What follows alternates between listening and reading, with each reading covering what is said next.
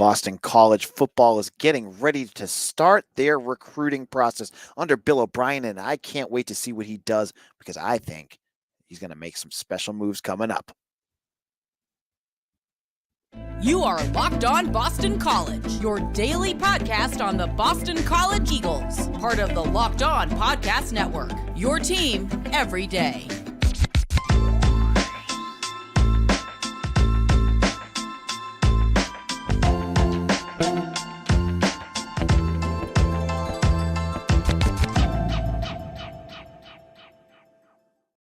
This is Locked On Boston College. I am your host, AJ Black. Today's episode is brought to you by Nissan. Are you the kind of driver that likes to push things a little further? Ever wonder what adventure could be around the next corner? Take the Nissan Rogue, Nissan Pathfinder, or Nissan Armada and go find your next big adventure. Check them all out at Nissan USA today. So we are now in a live period of recruiting. This is when coaching staffs can reach out to recruits, make those initial contacts, and make moves. And this is a big time for Boston College football recruiting because this is the first time Bill O'Brien can go out and find recruits that he's interested in and legitimately make those connections. Now, you may have seen that he's made some offers. There's been some guys out there that he's offered. Some of them were recruits that had been offered by the previous staff. And I'm sure there's been other ways that BC has been able to connect with recruits that are interested in the program. So it hasn't been a dead period per se because it's a brand new staff. They've been busy. And if you've been on Eagle Insider, I have a running list of visitors that are coming. And they're coming from all over the country, folks. We got kids from South Carolina. I got kids from Indiana, Florida. They're all coming to check out BC. And I think this is an exciting time. Now, the big question folks have had, the big question is, how is Bill O'Brien going to sell the program to recruits? What's he going to say? How is he going to make Boston College stand out in this world of college football? It's a good question because they're in a tough spot, obviously, right? You know, things are not necessarily the easiest to recruit at BC, given the world of NIL and the upcoming potential conference realignment with the SEC and Big Ten kind of taking over college football.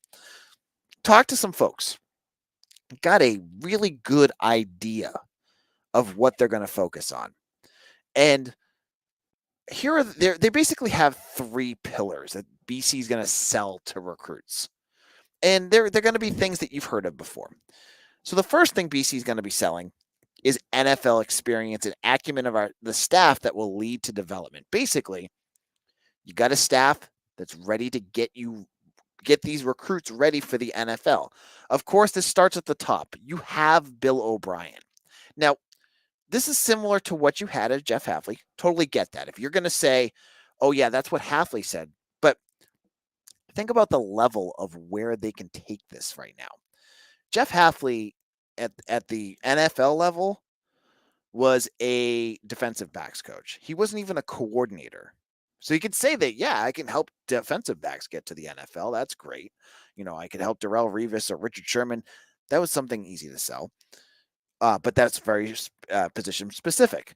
You had Steve Shimko, who was like a quarterbacks coach. You had Tim Lokabu, who was a linebackers coach. And that was basically your staff, right? You see what's missing here is guys at the higher level, and they got that now. You got Bill O'Brien, who was an NFL head coach who won 4 division championships with the Houston Texans. He's been there. He's been a head coach. He can get anyone to the pros at any position. That is a big change. It's a big step up from what Hafley could promise. So this could resonate a lot more with recruits because Bill O'Brien can say, you know, I worked with Jadeveon Clowney and J.J. Watt and Deshaun Watson and Tom Brady. He has that acumen. He's got a portfolio that dwarfs that, or actually is, I don't even think that's the right word. It's much bigger than what Jeff Hafley had. And he's got good staff around him. And you know, I think that is important too, because you got Tim Lewis. Tim Lewis can also sell NFL experience as well. He was a coach for the Giants. He was the coach for the Steelers. So those guys know what it takes to get to the league. They know what it takes to get these guys to the next level, and they've done it. That's one. That's part one. The second part they're going to look at is something BC fans have heard about for ages. That's academic excellence and what they can do for a future. Look, BC, no matter who's coaching, is going to struggle to get any blue chip recruits here, right? You remember Gerby Lambert was probably the last one BC was sort of associated with, and Notre Dame had him from the get-go, right? You can still get quality recruits here that understand that, hey, maybe I'm going to get a chance at the NFL. Remember, pillar one, that their acumen of getting them to the league is there, but also they have the ability to get a job or good networking after it's done. I have to say, this of all three pillars is something Steve Addazio sold, Jeff Hafley sold. It's not a hard one to sell, right? Like, this is like what Boston College is about. This is what BC has. This is what the school can offer these kids. That's a slam dunk one, right? And then finally, they're going to offer like the city of Boston. And this is something, you heard Hafley talk about a little bit, but there's so much more untapped potential with what the city of Boston and in what it can present in the present and in the future for BC. Like, what can these kids get in the present? NIL opportunities, right? They're starting to build out NIL opportunities in the city of Boston. It's a perfect opportunity for that to happen. In the future, there's jobs, there's networking, there's so much in this city that I feel like Jeff Hafley tapped some of it, but there's so much more. One thing I look at when I look at NIL, and I say to myself, yes, Boston College has a smaller fan base. They have a smaller donor base than some of these big public colleges like Texas and LSU and Michigan. They're never going to be able to get that kind of thing, that kind of like large amounts of NIL. But one thing BC should have are rich donors. They should have guys that are in big positions of power with money that should be able to help BC and to help these kids get jobs too. So that's the other big piece. So this is all going to come together. The ability to get the NFL, the ability to get a job if you don't make it to the NFL, which most of these kids don't, and the ability to use Massachusetts and Boston as a selling point. These are the three big pillars. And, I don't know what else you could ask for, right? Like, what else could Boston College sell on a regular basis to kids? They're going to have development. That's obviously going to be a piece. Early playing time. I don't know. I think those are the three big ones, right? That's the big three. And it's all going to be about execution. How can the staff connect to these kids and get them to Boston College? And as I said, I've been impressed. Practice starts on March 11th. Every day, I'm going to be getting a visitor list from the school that I'm going to have up on Eagle Insider. You're going to get a chance to see, and I already got a list of the kids I know about, but they're going to tell me the day of. So that's what we have there. Are you worried about recruiting? And I think this is a conversation that we can have at another time. We don't know yet how BC is going to compare going for true freshmen versus transfers. And I think that's a whole other conversation. But we're going to leave football on the back burner for a little while because there's three big topics that we still have to talk about in terms of basketball, hockey, and baseball, who all had very interesting weekends. Some good, some bad. We're going to get into basketball in just a moment. College football is over, but the NBA is in full swing, and you can get buckets with your first bet on FanDuel, America's #1 sportsbook, because right now, new customers get $150 in bonus bets with any winning $5 bet. That's $150 if your bet wins. Bet on all your favorite NBA players and teams with quick bets, live same-game parlays, exclusive props, and more. I saw that LeBron James hit his 40th thousandth point the other night. And you can look at his points per game and figure out when he comes up, is he going to get another big night? You can get that all up on FanDuel. And so easy. You can make parlays. The parlays I find really interesting because everyone talks parlays. Everyone wants to do good parlay.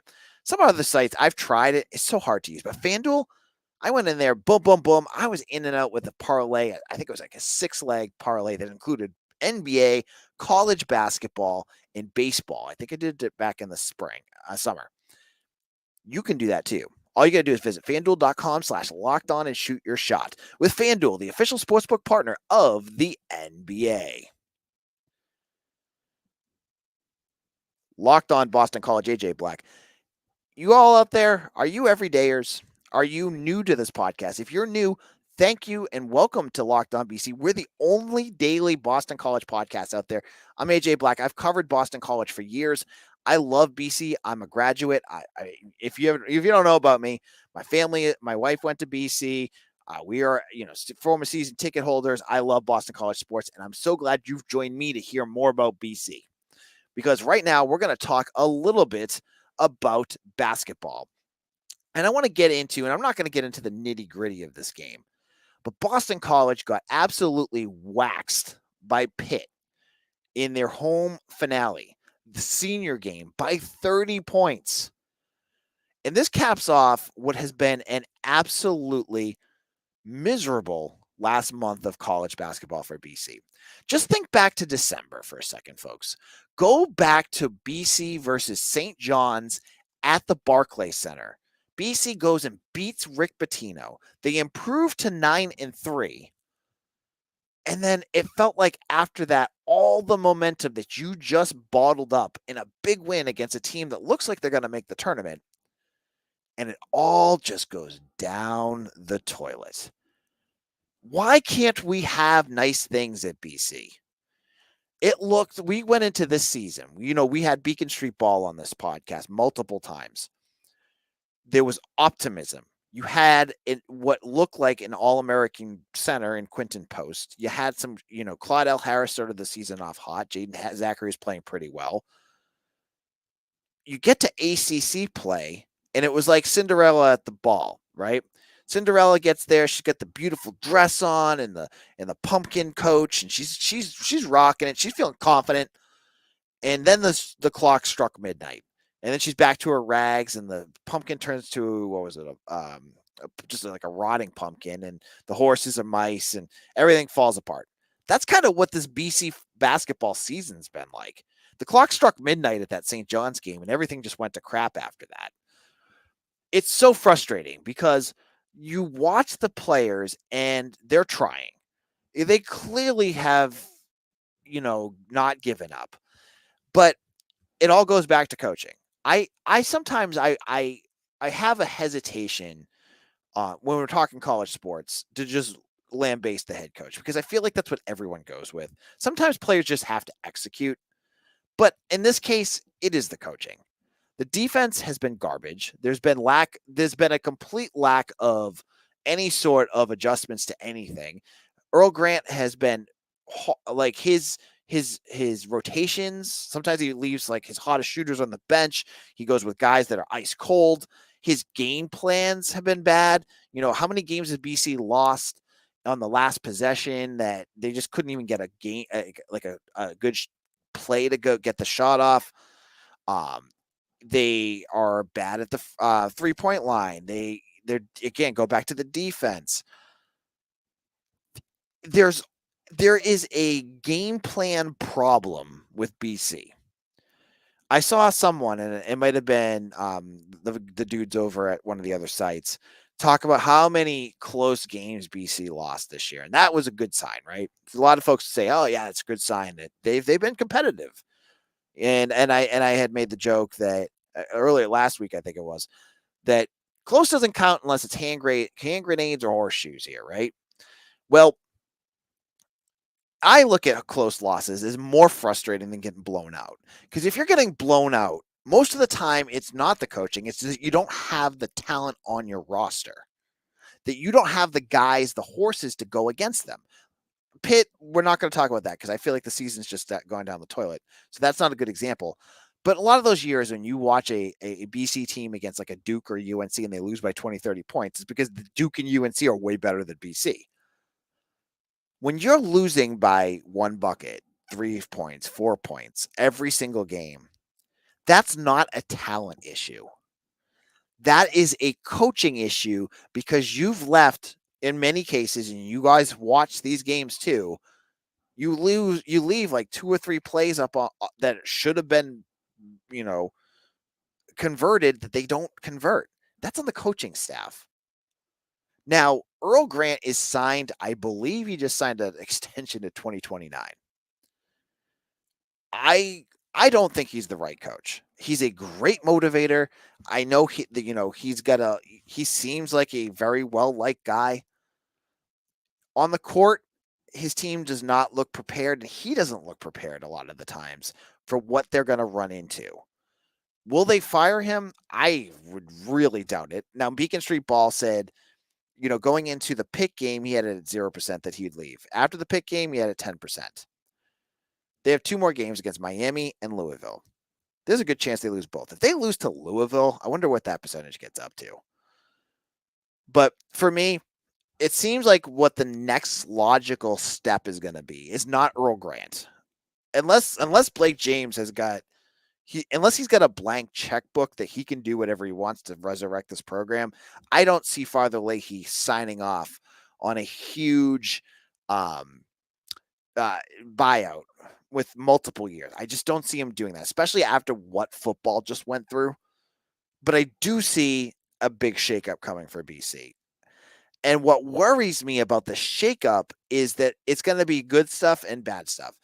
The bench, in terms of the coach, assistant coaches, I feel like that's going to be the next shoe to drop.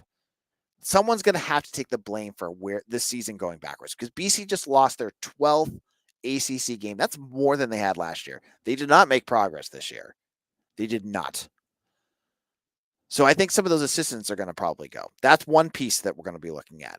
The bigger issue for me, though, is I would not be surprised at all if there's going to be a transfer portal issue going for BC this year. You're going to lose Quinton Post. He's gone. He's done with his eligibility is done. But I look at guys like Jaden Zachary, Mason Madsen. Will they stick around for their last year, or are they going to go somewhere else? I would imagine both of them might be considering that. Then, on top of that, I look at guys like Prince Aligby and Chaz Kelly. Chaz Kelly missed last game because of an appendix issue, so that's not a big issue. But neither of those guys have figured much out. Prince Aligby his body language at times looks terrible. And Chaz Kelly I don't think he has progressed the way that many had thought he would progress. So could both of them be finding someplace else? Now, all of a sudden, you have like 4 spots that you need to fit with transfers. Plus, on top of that, you have Armani Mighty, who has been nice off the bench. But do you want him is he ready to take Quinton Post minutes next year? I'm not so sure about that. There are the questions going into next year are going to be huge. Like all the optimism you had this year, you're going to be going into next season going, is this just going to be another lost season for BC? That's just the way it feels like. It doesn't feel like this program's going anywhere next year. That's sad. So we're going to have to wait and see what happens. But there's 2 more games and then the ACC tournament, and that's it. Now, in our final segment, I want to talk about 2 sports who had big weekends. I'll get into who those are, and I'll give you some details on both in just a moment.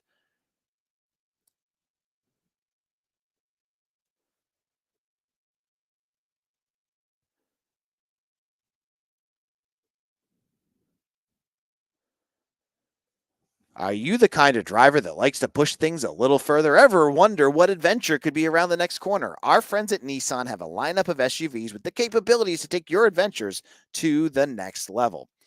The 2024 Nissan Rogue is perfect for city drives and great escapes. Class exclusive Google built-in gives you an updated system that gives you an updating assistant to call for almost anything. Gone are the days of connecting your phone. Google Assistant, Google Maps, and Google Play Store are right there in your car. The 2024 Rogue is the perfect midsize crossover for your next adventure. And check out the Nissan Armada, the 2024 edition. Will change what you expect from a full-size SUV. Picture a rugged 4x4 that can seat up to 8 in first-class luxury and style. Tow bigger and explore further in the 2024 Armada. Take the Nissan Rogue, Nissan Pathfinder, or Nissan Armada and go find your next big adventure. Shop Nissan USA today.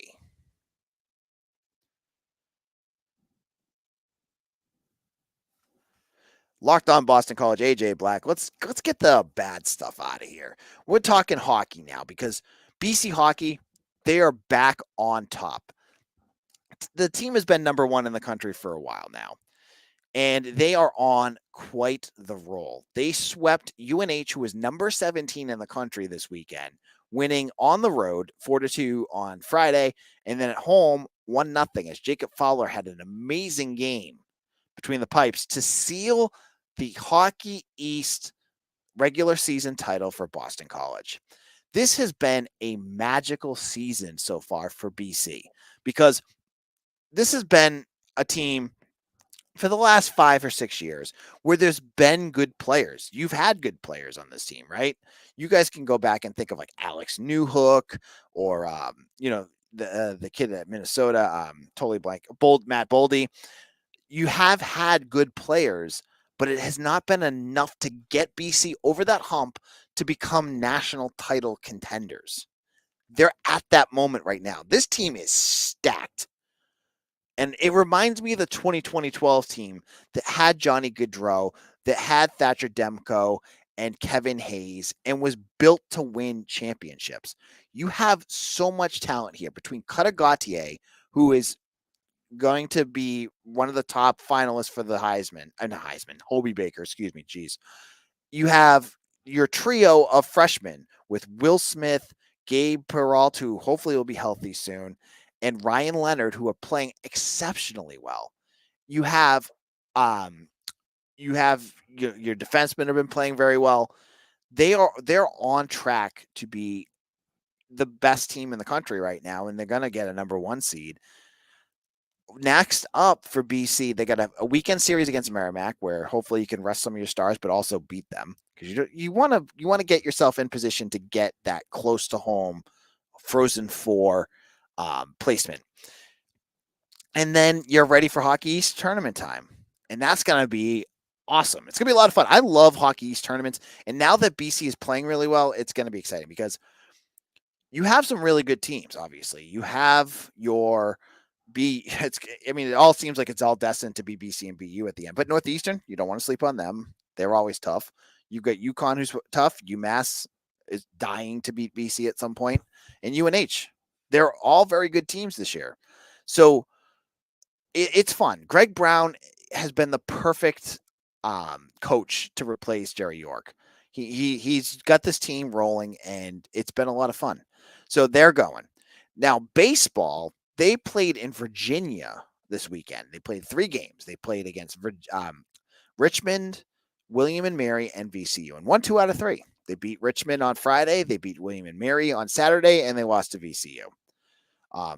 The only really bad part of this weekend for that team was 1 inning against VCU where they let up 8 runs. Other than that, they were better than every team they played against. So it was a good weekend for Bird Ball. Can't wait for them to get up to BC. They were supposed to play on Wednesday last week against, I think it was Maine at home, but I don't know what scheduling person put a home baseball game in Boston in February. Now, it didn't snow. It just rained. But you would think, like, I don't know, like, just given the weather that we have around here, I hate going to Red Sox games, and those are early in the season, and then those are like early April. I can't imagine what that game would have been like to have. But BC's playing pretty well. They're now, I think, 6-3. Good start for Todd Interdonato. They're hitting the ball really well. The pitching's a bit of a concern. They've let up quite a bit of runs, but John West had a really good start on Friday. after a tough outing the week before. So good start so far for them. Now, folks, before we wrap things up, I want you to head over to Eagle Insider right now. We had, I think, 7 pieces of content up today. Many of them are VIP, but if you're a VIP member, you don't want to miss out on it. I had recruiting news. We had our national guys stop by with 2 new visitors coming in. We have a ton of stuff up there, plus the new commitment that we talked about on yesterday's episode. Lots of stuff up there.